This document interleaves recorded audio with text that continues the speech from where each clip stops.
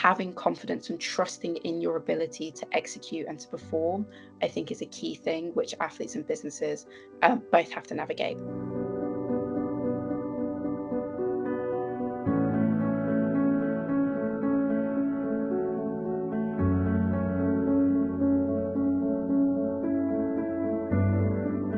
Okay, so the qualities of a high-performing athlete, in some aspects can be, I think, a bit scary. Like, I think about the things that I did as an athlete, and that, especially now I'm retired, I look back on it and I was like, wow, I was really locked in there. But I think that they're so powerful and so important for businesses to be able to translate into their industry and their environment. So, for example, quite a lot of times I didn't want to go morning training. You know, I was waking up as a teenager at 4:30 in the morning to go training, and then as I got older, it thankfully got a little bit later, but I think it was still 5:30 that I was waking up. So and that was my life for about 12 years, and it was the mentality that sometimes I didn't want to go, but there wasn't an option in my mind not to go. It was one of those things where I was just like, okay, I've set my alarm, I'm getting up, and kind of that's it. Of course, if I'm ill or if something's happened, that's a completely different story. But in terms of battling that inner monologue of, I don't really want to do this, let's procrastinate, let's put it off, kind of having that mindset of, I know what my goals are, I know that I need to do X, Y, and Z to achieve it, let's go and execute it. And that's something that I didn't really appreciate could take you so far. And sometimes can just be pure hard work. Sometimes it's a mix of pure hard work and talent. People get to different places in different ways, but consistency of turning up to training and, you know, giving it your best every time, or just doing what the coach says. Or sometimes I turned up and there was no fiber in my body that wanted to be there. And it's just, again, being really honest, I still worked through the session. I still found something to gather out of it, because even at your lowest points, those are the times when you can make gains like you wouldn't believe. Swimming was one of those sports that I found, whenever you're swimming fast, it's easy to turn up to training. And of course, that's how things work. You know, when business is going well, you want to turn up, you want to do things, you've got that energy, you've got that drive. But at the darkest times, when things aren't going great, that's when you really need to persevere, find that consistency, and just keep plugging away every day. And that's something that swimming and being an athlete has taught me, because it really can create the core of your business, or of who you are, and then from that can spread out other things. And also, sorry, I'll just add as well, communication was like such a key part of me maturing as an athlete. So as a teenager, like adolescent, I have a very strong mind and very strong opinions on how I want to do things. I'm very stubborn, which is why I've been able to get as far as I am, because I didn't want to quit. Like, I felt like when I wanted to quit, I was like, no, I don't want to quit. I still want to do this. Like, there's still this stubborn drive and energy within me. And this came out, especially as a teenager, when I couldn't really communicate or didn't know how to speak to people, as conflict with coaches. And I realized as I got older, I was like, you're going to have to work with people to get to where you want to get to.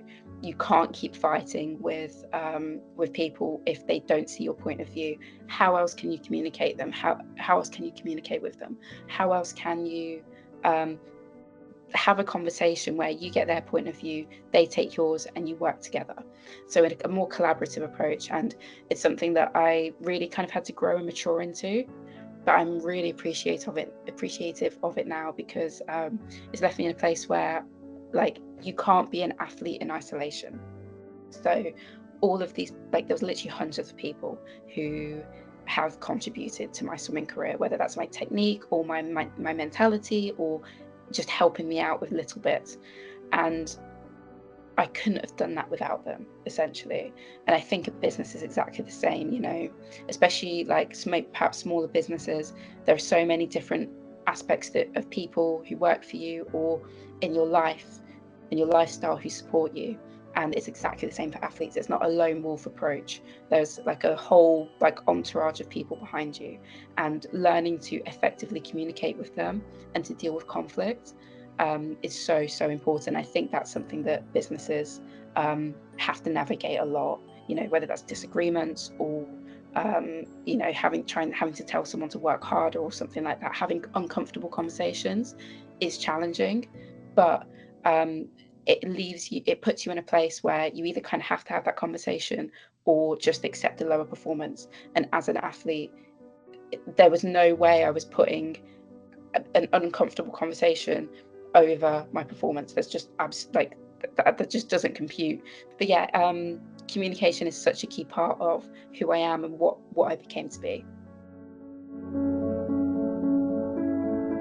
So I see the kind of relentlessness in the sense of being patient, because that you see like some businesses pop up and you're like, oh, where have they came from? And then you realize that they've been working hard for 15 years, putting in a lot of groundwork, a lot of effort, a lot of late nights, early mornings, and it's not by chance that they're now succeeding. And it's exactly the same for athletes.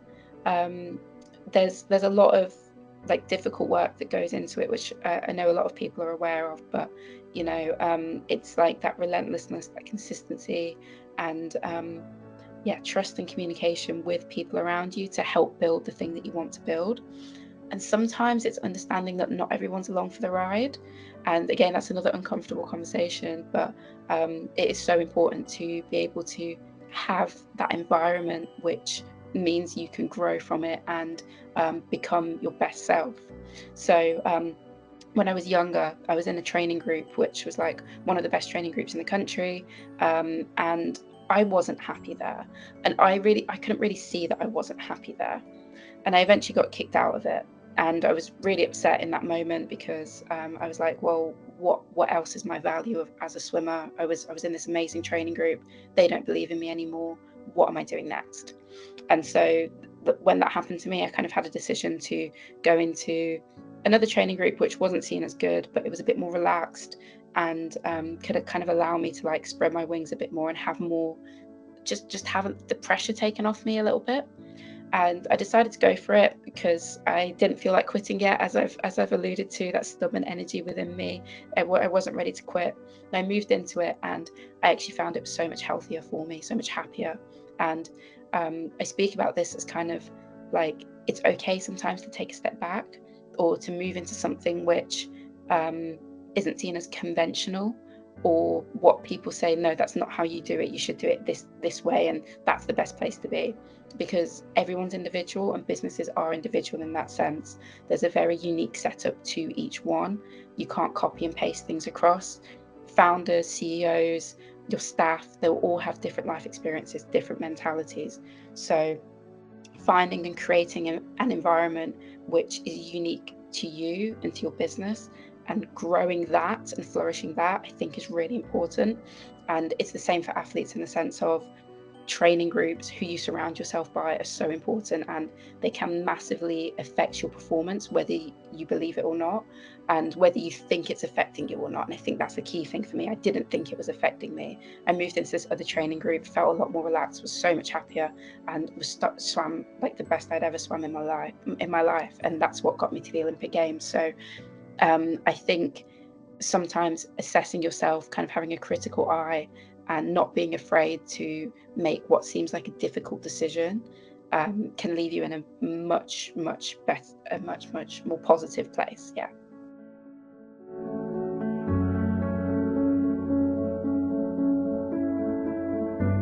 So again, speaking candidly, for me, this was self-belief and self-doubt, and the idea that like I really had to find a lot of courage in myself to know that I was good enough to do what I was doing.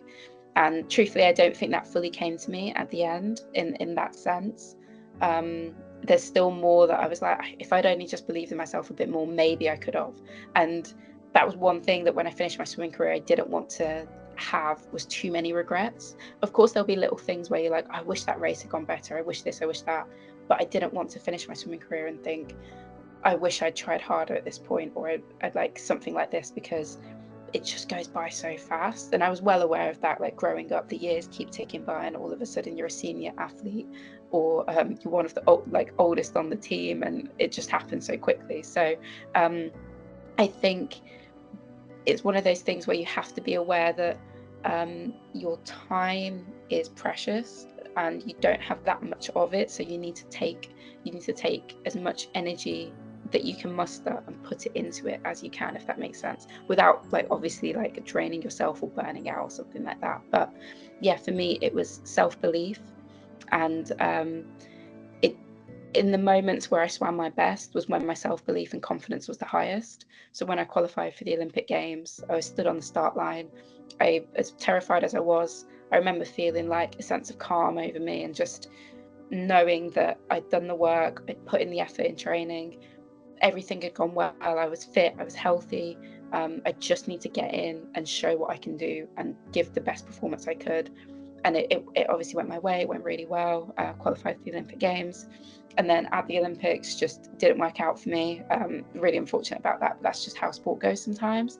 So yeah, I think a lot of I've seen so many amazing athletes who are incredibly talented and hardworking, but have not been able to get over their self-doubts.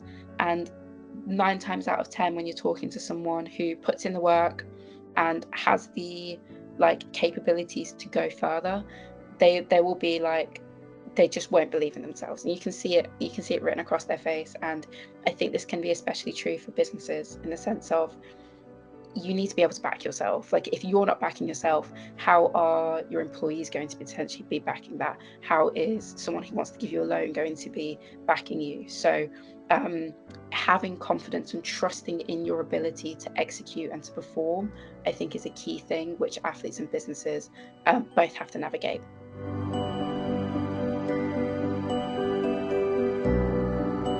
So I think my story personally has taught me about resilience, that it it can have, like, anybody can have resilience. I really do believe that, because I didn't think I was a resilient person. Truly, like the things that I've bounced back from, like being kicked out of that training squad, being dropped off of funding, falling out of love with the sport, coming back into it, injury, all these things. I never thought I had that in me. But I think sometimes if you want something enough, you can go and find it and take it. And sometimes it doesn't work out for you. But my mentality and approach to it always was, at least I'll go try. Let's go try. Let's give it a go. If it doesn't work out, hey, at least I've tried. Like, I won't be sat here thinking, what if? Why didn't I do that? And I think that's a big part of resilience in my personal way, is just getting in, giving it a go. Sometimes things fail. Have your support network. I think that's a real key thing, whether that's inside of the business slash sport or outside of it. It's really important to have those people to be able to like pick you up, but also keep you grounded at the same time, and know that there are other things to life which you can explore and find yourself in. So resilience has I think resilience found me. I don't think I found it, if that makes sense. Like it kind of it kind of brought me to a place where, as an athlete, I if I wanted to swim, I didn't have a choice. And I'm really happy that I managed to come to a place where it's a kind of a key part of who I am. I call myself stubborn, and I'm grateful of like that energy and that attitude that I had, because it's left me in an amazing place and given me the best opportunities in life.